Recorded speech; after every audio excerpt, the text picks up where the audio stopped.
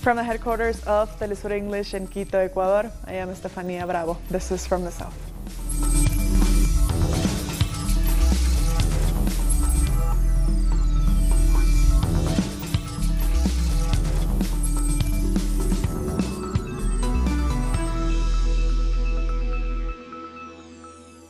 Colombian President Duque arrived to the Cauca region on Tuesday, but did not hold a highly expected meeting with the leaders of the social Minga.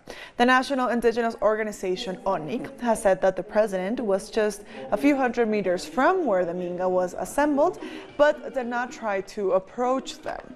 Minga leaders plan to lead a national strike across the country this week, in spite of coming to an agreement with the government on Saturday. They will be joined by various social movements which seek to stop the neoliberal policies implemented by Duque. Lamento profundamente. I deeply reject that our gesture of coming here has not been valued and that they rejected the possibility of having this meeting. I condemn that the presence of the government and international institutions has not been valued and that no dialogue could take place. Tuesday marks 71 years since the assassination of Jorge Eliezer Gaitan in Colombia. Gaitan's death set off a great wave of violent protests across the country. The biggest of these was the Bogotazo, a 10-hour riot which left areas of Bogotá destroyed. Gaitan devoted his life to fighting for people's rights. He also condemned abuses suffered by campesinos at the hands of the elite. His death led to worsening violence and inequality across Colombia, which is still gripping the nation. And victim associations have commemorated the National Day of Memory and Solidarity with victims of the armed conflict. The Women Victims Association paid tribute to women who have been killed, kidnapped, or have suffered sexual violence. Other events were held around the country to honor the victims of the armed conflict. The head of the International Commission Against Impunity in Guatemala has responded to remarks by the Secretary General of the Organization of American States, Luis Almagro, against the commission. Ivan Velázquez sent a formal complaint after Almagro said that he hopes no one, including the CICIG, interferes in Guatemala's elections on June 16th. President Jimmy Morales tried to expel the CICIG from Guatemala after it began investigating him for corruption. A member of the political movement for the People's Freedom Party has been killed in Guatemala. The party confirmed the killing happened in the department of Petén, just 2 months ahead of general elections. On March, another member of the party was shot dead. The movement for the People's Freedom Party was created by social movements with the goal to fight for people's rights and against neoliberalism. The Venezuelan Foreign Minister spoke about his recent diplomatic tour to Africa and the Middle East. During a press conference on Monday, he praised the historical links of those regions with Latin America. The Venezuelan foreign minister said that during his visit to several countries in Africa and the Middle East, various leaders gave the democratically elected government of Venezuela their full support.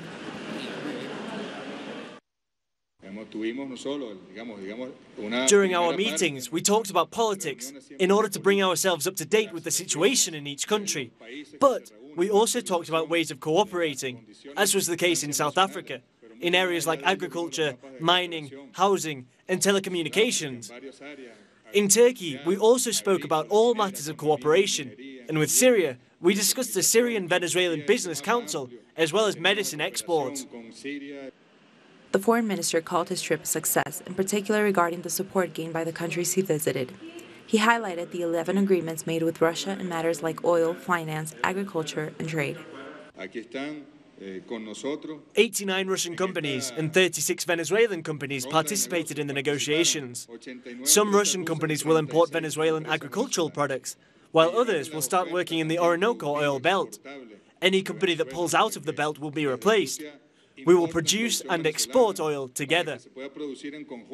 The first stop of Arias's diplomatic tour was in Turkey, a key country for providing food and other products to Venezuela. Turkey has recently started to refine and certify Venezuelan gold. After that, the foreign minister visited Beirut, where he participated in a meeting to support Venezuela. In Syria, Ariasa met with President Bashar al-Assad and they discussed U.S. interference in other countries.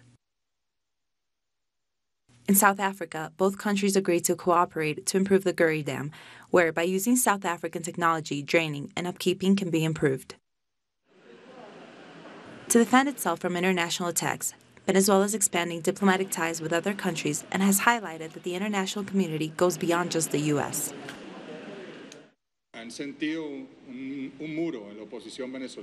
The opposition has put up a wall, and they don't want to talk. But we will keep trying. That's why President Nicolas Maduro has called for talks again. We know that the opposition must have people who want peace and reject war. We believe at some point that they will move forward so that we can open a dialogue with which we can achieve new political agreements between Venezuelans.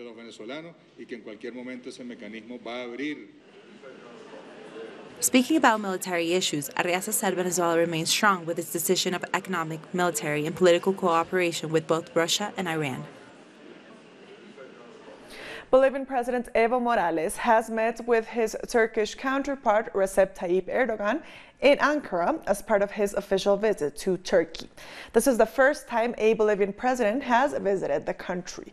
Morales gave a conference at Ankara University about the socio-economic development of his country since he became a president. The leaders' meeting is aimed at strengthening ties and reinforcing cooperation between the two states.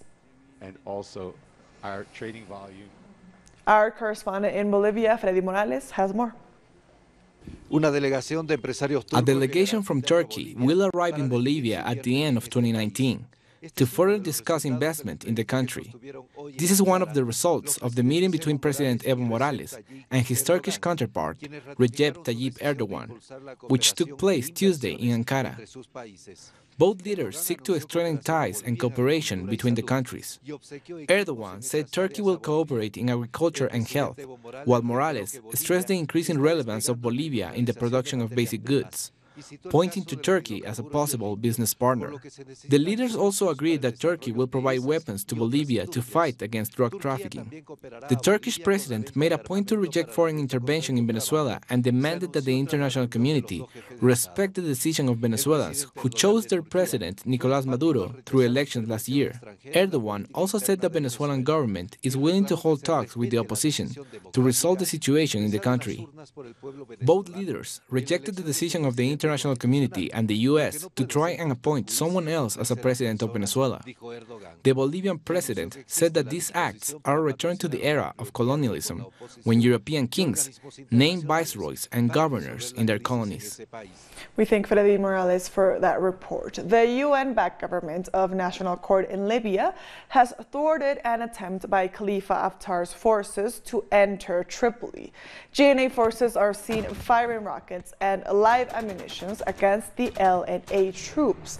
Violence in and around Tripoli has caused the displacement of more than 2,800 people fleeing from the fights. Allahu Akbar. Rasmus Jacobson from Tunisia joined us earlier to highlight the current situation in Libya. There is a national conference hosted by the United Nations planned to start in 5 days' time. And it was expected that this conference should have constituted a breakthrough in the transition, which has stalled for the past several years. And so Haftar, a lot of efforts have been invested in making Haftar buy into this conference, including most prominently in a meeting in Abu Dhabi at the end of February, where it was widely reported that an agreement had been made between him and Fayez al-Sarraj, who heads the Government of National Accord, which is based in Tripoli and recognized as the legitimate government of Libya by the international community. Thus, it was very surprising that Haftar decided to launch this military offensive on Tripoli before the conference. Jacobson further alluded that if the conflict prolongs, neighboring countries may be affected. The longer the conflict goes on, the more destabilizing it will be for all of their neighbors. And I mean, if the LNA is already deploying more troops to the northwest to try to gain new momentum, and there appears to be signs that this is reducing the LNA's ability to maintain stability in the other parts of Libya, that they have already captured. For example, there was an Islamic State attack in central Libya earlier this morning, where the jihadist group has conducted several attacks over the past 9 months. There have also been reports about new instability in the southwest, which the LNA captured earlier this year. So the more the LNA pulls forces to the northwest to gain new momentum there, the more it loosens its grip on the other parts of the country, which of course may destabilize their neighbors. According to the World Health Organization, at least 47 people have been killed and 181 wounded in Tripoli. One doctor has reportedly been killed while working as part of a field ambulance service. WHO is obviously concerned about the possibility of prolonged conflict in the heavily populated Tripoli. A prolonged conflict would drain the limited available medical supplies.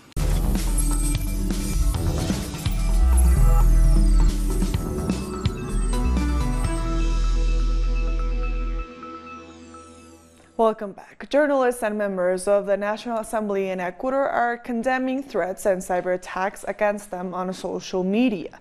They say President Lenín Moreno and his Interior Minister Maria Paula Romo have failed to take action. Our correspondent Denise Herrera explains.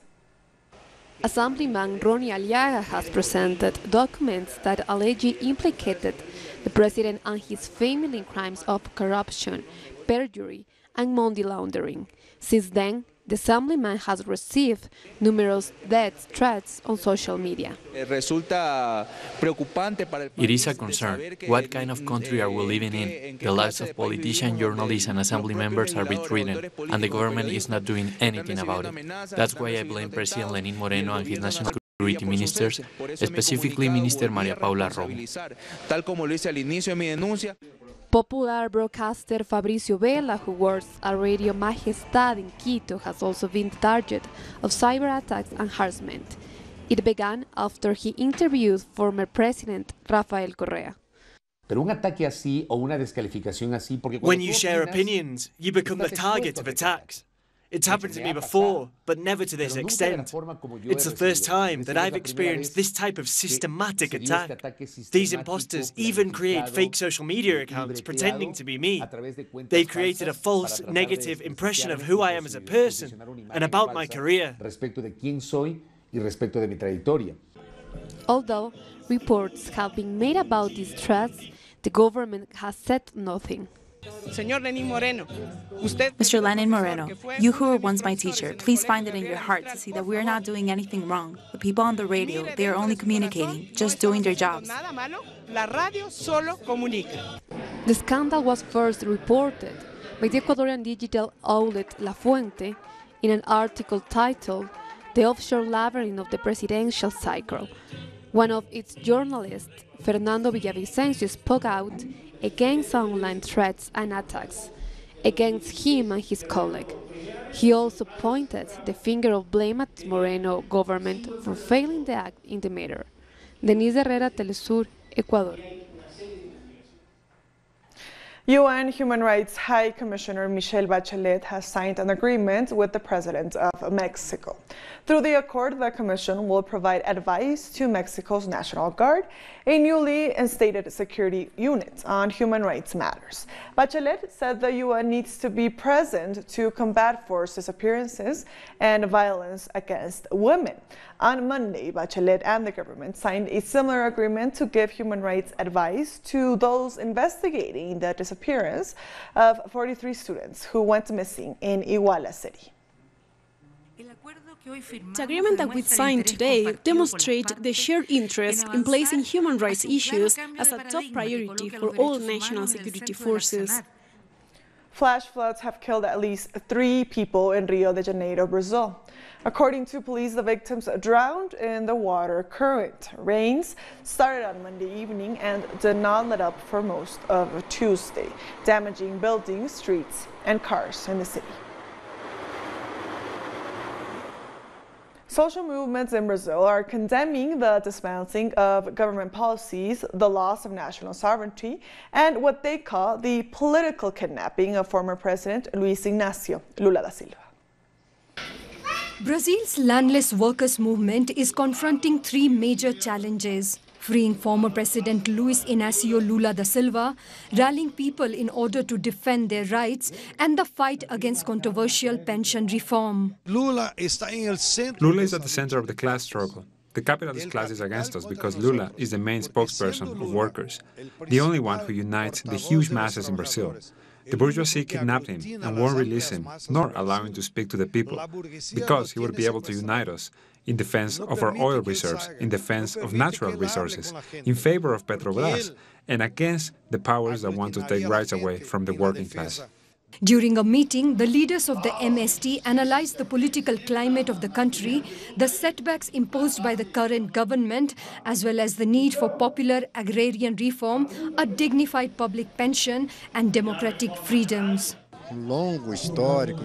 We have a long 35-year history fighting for our lands, our mobilization, protest, and occupation. In this historic moment in Brazilian society, especially for the working class, we, the MST, have in this moment a great duty to use our years of experience and long years of struggle alongside other sectors of the working class of Brazilian society, to stand and fight for the freedom of our comrade Lula. We acknowledge the presence and the symbolism Lula represents. Despite being an ex-president who is unfairly imprisoned, he is a figure capable of uniting various forces. And for us, to fight for his freedom means to fight for democracy in Brazil. It is fighting against injustice because he is one of those who were incriminated through the judiciary and the coup at the time. People know that the next victims of those acts are the heads of social movements, the workers who are fighting. To express solidarity with Lula, to express our indignation, people are unifying as a class. They are representing a sentiment of unity and resistance. Among other actions and proposals planned until Wednesday, April 10th, are the donation for children's centers, as well as meetings to address the judicial situation of Lula and the organization of Lula Libre committees. Haitian President Jovenel Moïse has announced Jean-Michel Lapin as the country's new prime minister. Lapin had been acting as prime minister ever since the Chamber of Deputies voted in favor of removing Prime Minister Jean-Henri Sand last month. He was one of the 3 candidates proposed by the leaders of the parliament. Haiti has been going through a serious political and social crisis since February 2019, with vast protests engulfing cities across the country. There was an almost 8% increase in the number of containers handled at ports of Latin America and the Caribbean last year. Data released by the Economic Commission for Latin America and the Caribbean shows that in 2018, South America's East Coast recorded a 12% increase in port activity. Meanwhile, Central America had more subtle growth of 7%, but only on the West Coast. The 10 countries contributing to the most of the total volume of cargo include Brazil, Mexico, the Dominican Republic, and Jamaica. Prime Minister Miette Motley has called on Barbadians living abroad to redefine the concept of diaspora. Motley made the call while participating in a town hall meeting in Canada. That I need you to be active citizens of your country, that you may not be on a rock of 166 square miles. But we've already learned that 166 square miles does not constitute Barbados. The Cuban Baseball Federation is condemning the decision by U.S. President Donald Trump to block the historic agreement between Major League Baseball and the Cuban Baseball Federation. Trump's move essentially overturns an agreement that would have allowed Cuban players to sign with U.S. teams without needing to defect. In a statement, Cuba's Baseball Federation strongly rejects the move while suggesting that it was politically motivated. We'll take a short break now, don't go away.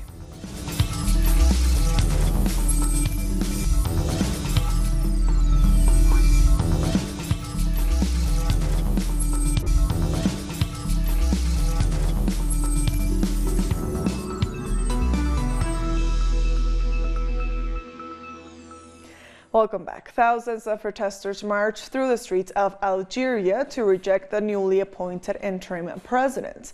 The Algerian parliament named Senate President Abdelkader Ben Salah as interim president. Ben Salah's appointment is in accordance with the country's constitution, but protesters opposed to the decision. They say Ben Salah is part of a ruling caste that dominated Algeria since independence. The former president resigned after nationwide protests put an end to his decades-long rule. The demonstrators want the entire government to resign without opposition. We are here today for the demands of the people. Let the people come out victorious, that is all. We are here so the ones who are governing the country leave, because they are robbing and not building the country. They are destroying it. At least 11 people have been injured in the Democratic Republic of Congo after supporters of the two main political parties clashed in the east of the country. Ahead of elections for the region's governorship, supporters of President Felix Tshisekedi and his predecessor Joseph Kabila clashed. Elections in 26 provinces were postponed by Tshisekedi, who demanded a probe into alleged vote buying among provincial delegates. Police have since managed to restore order. We need to take the heat out of the situation. We are in a new world, and everything we are experiencing today still reflects a certain political immaturity on both sides. We haven't yet understood what democracy is. Exit polls in Israel's elections are showing a tight race between incumbent Benjamin Netanyahu's Likud party and his main rival Benny Gantz of the Blue and White Party. Both Netanyahu and Gantz are claiming victory in Tuesday's polls. However, Gantz's party has managed to win more seats in the country's parliament, the Knesset with 37 seats against Likud 33 seats. Official results are expected to be announced on Wednesday. Kazakhstan's interim president Kassym-Jomart Tokayev has called a snap presidential election, citing the need to eliminate political uncertainty. The election has been scheduled for June 6th. Tokayev said he had consulted with former President Nursultan Nazarbayev and other top officials prior to calling the vote. Nazarbayev announced that he was suddenly stepping down last month after nearly 30 years in office. Over 90 social organizations in Spain are calling for the boycott of far-right party Vox. Feminist, LGBTI, migrant, among other organizations, are urging for the country to not return to its darkest era. The rise of the far right in Spain continues to raise concerns among minorities, as well as with activists who work to defend history from being rewritten. We need to establish barriers so that political parties which condone the 1936 coup and the dictatorship that followed with all its crimes are not able to either apply certain policies or honor war criminals from the Franco regime as if they were heroes. Feminist movements have also been a target for the far right. For that reason, they are sending a message to all women. Say no to fear. Because a woman who's scared, she stops existing. LGBTI groups say they won't allow Spain to become a hostile land for them once again. We won't allow for the rights and freedoms we want to be questioned. We will not allow a single step back, and we will also demand that our politicians keep working for real equality. Migrants are also calling for equality and not to be used as a weapon during the electoral process. We are not political tools to be used by anyone. We don't accept for our name to be used in any political speech, especially when their goal is to worsen our situation, which is already very serious. These organizations are asking people to not vote for the Vox far-right party during the upcoming elections on April 28th, but they also ask that the parties which already reach an agreement with Vox in Andalusia also be ignored, as they will probably ally with Vox at the national level. If you give your hand to the far right, you're saying that you think like them, that you think what they say is not wrong. The far right will never match with democracy. These movements gather outside Congress to raise their voices, as they believe that staying silent is a show of complicity. They say that when facing the far right, not a single step can be taken backwards. And with that story, we've come to the end of this news brief. These and other stories, as always, find them on our website at telesurenglish.net. And also join us on social media. We are on Facebook, on Twitter, and on Instagram. For Telesur English, I am Estefania Bravo. Thank you for watching.